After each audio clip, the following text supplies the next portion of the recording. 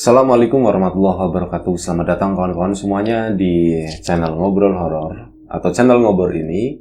Dan masih ada di samping gue ini Bro Ayung yang akan berbagi kisahnya ke kawan-kawan semuanya.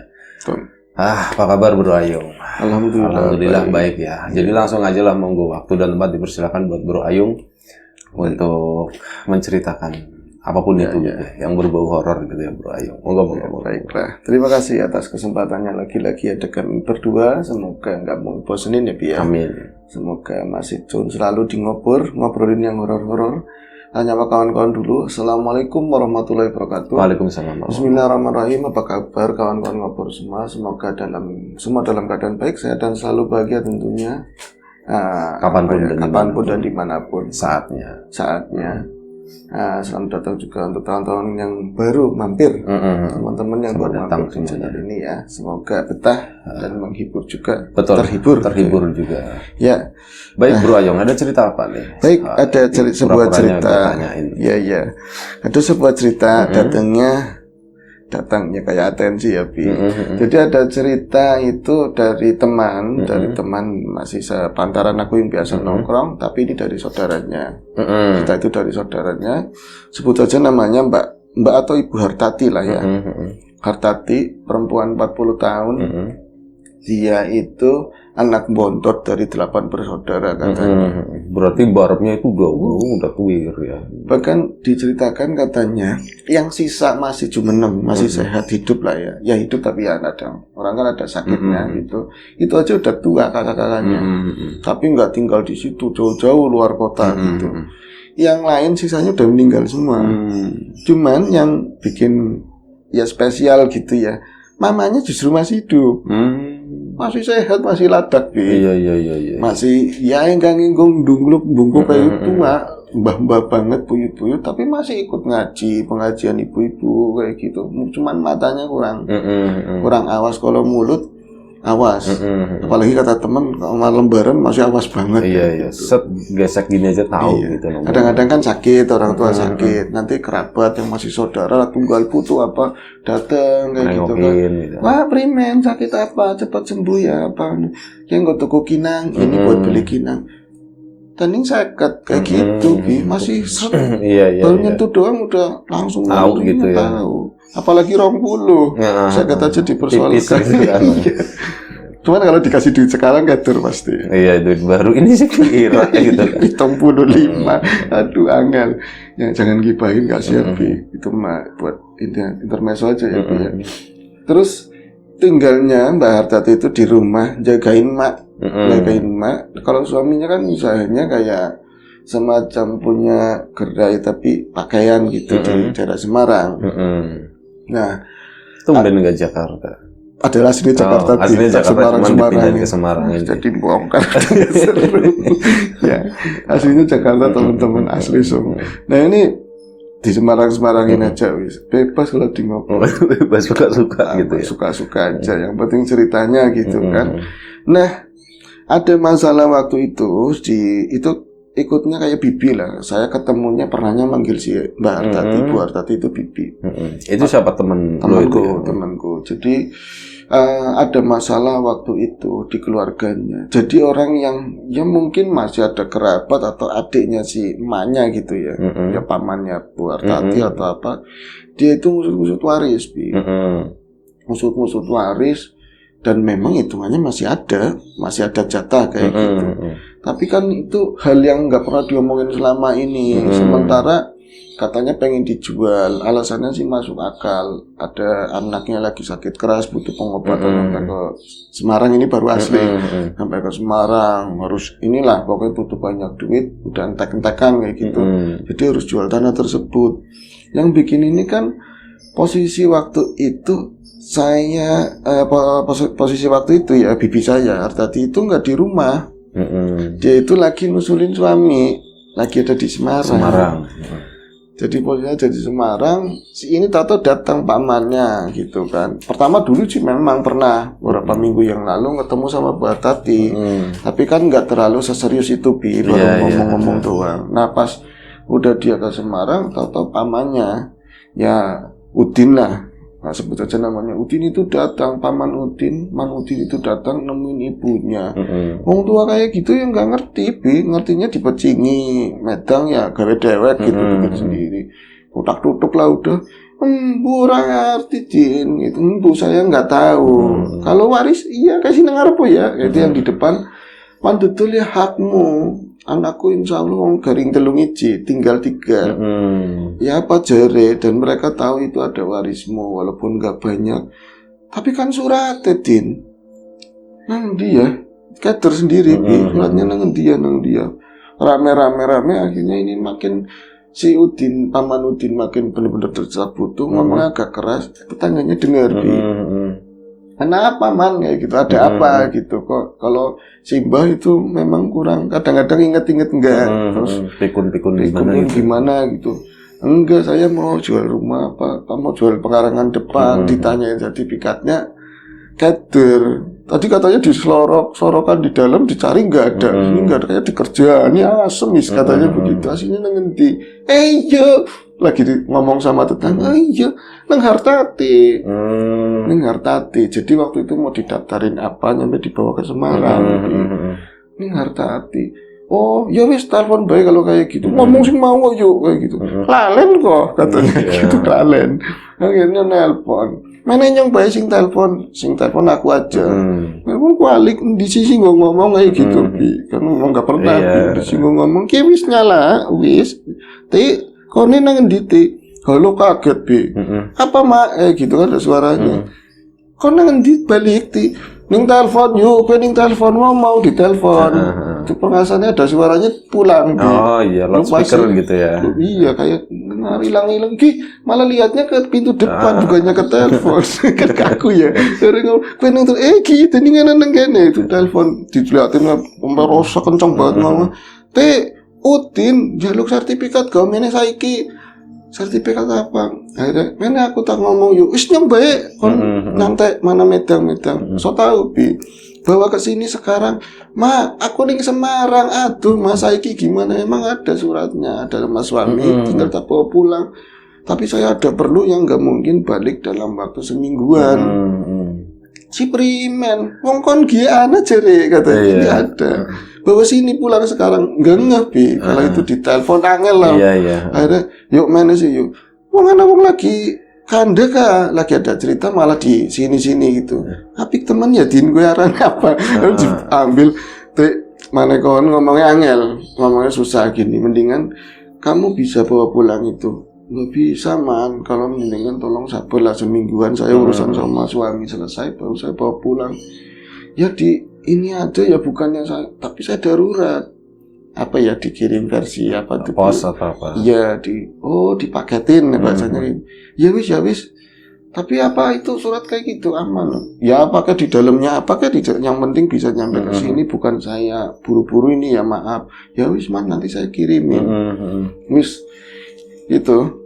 Kejadian hari itu selesai, Udin pun pulang, paman Udin pulang. Satu hari ada tukang paket datang tukang paket itu datang ke tempat Nyai Samira wis lah ya, namanya Nyai Samira. Jadi dia itu ceritanya ketika Hartati udah pulang, berarti yang cerita Hartati aslinya kan. Jadi Hartati mencerita ke teman aku, emak saya itu kedatangan seseorang, sebenarnya tukang paket, cuman kata emakku nggak ngerti tukang paket, katanya anak wong apik temen, ada orang baik hati, nganterin sertifikat. Jadi ngomongnya, siapa ya mas, sampean kayak gitu, sedulur aku apa bukan, putu apa siapa, tahu siapa tahu itu anaknya, putu cucunya dari anak yang di mana gitu kan, mana om mancing ora gelem suruh masuk gak mau, tapi motornya kayak gue anak ininya kotak-kotaknya bawa kayak gitu. Lah dia itu mau nganterin itu, ya saya nggak mau dianterin, takutnya bom apa-apa ngomongnya gitu loh. Ya nonton cari-cari TV. Akhirnya mau nganterin apa? Ya nggak tahu bu, ini ada paket tulisannya sih ini, ya barang apalah kayak kerudung atau apa. Kerudung sih di pengirimnya Hartati, Hartati. Kan bojone Hartati gitu, kamu itu suaminya tadi itu ya ruwet di situ. tawa aja. Asli memang ceritanya kayak gitu Mas. Ya kan katanya kayak gitu. Jadi disangkain ini suaminya Hartati, tapi bukan. Mene mlebu hari tamu mlebu dikasih wedang, padahal buru-buru banget. Iya. Nah itu Mas, sampean pan nggak kenal siapa? Ini disuruh Hartati diapikan teman, katanya apikan teman. Emang tugasnya begitu ya, Bu? Katanya apikan teman. Kon diperintah Hartati, kamu itu diperintah Hartati kok baik banget mau nganterin. Bu, aku kayak tukang titipan kilat kayak gitu kan, tukang paket siapa? Angel, tanda tangan, malah dipoto-poto jare dipoto-poto. Karena takut dibuka, jaluk dibuka karena rapet, kayak gitu susah bukanya, dibukain pas ngerti sertifikat, disikap-sikap bocah katanya. Bocah disikap-sikap, apikan teman kon dingin duit ora gelem dikasih uang nggak mau, suruh makan nggak mau, uang ini lagi dicari Udin, surat ke penting. Kok karena mau nganteri geleman teman, katanya bukan saudara, bukan apa, tapi dudu selingkuhannya Hartati ya, pirang-pirang kayak gitu. Akhirnya pas udah diterima, itu kan singkat cerita aja ya, Hartati pulang, nanya sama emaknya kayak gitu, dia itu apa kelupaan, pernasaannya kelupaan, tapi emang dibawa di tas, dia itu di pas mau dipaketin, tapi lama karena diundur lagi, pulangnya diundur. Dia itu akhirnya sampai pulang baru dibaca itu aku kan suruh maketin ini barang,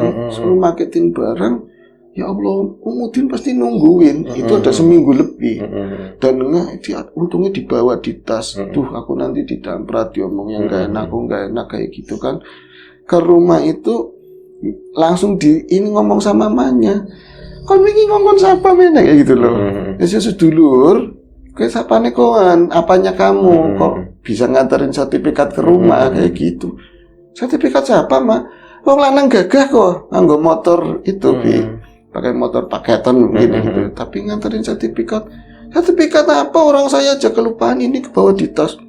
Itu aneh banget katanya dicariin di tas, nggak ada si itu. Sertifikatnya Hartati. Ya Hartati tasnya itu nggak ada. Ya emang bungkusannya itu sama bungkusannya emang ada kerudung, taruhnya di dalam kerudung, dilebit-lebit begitu.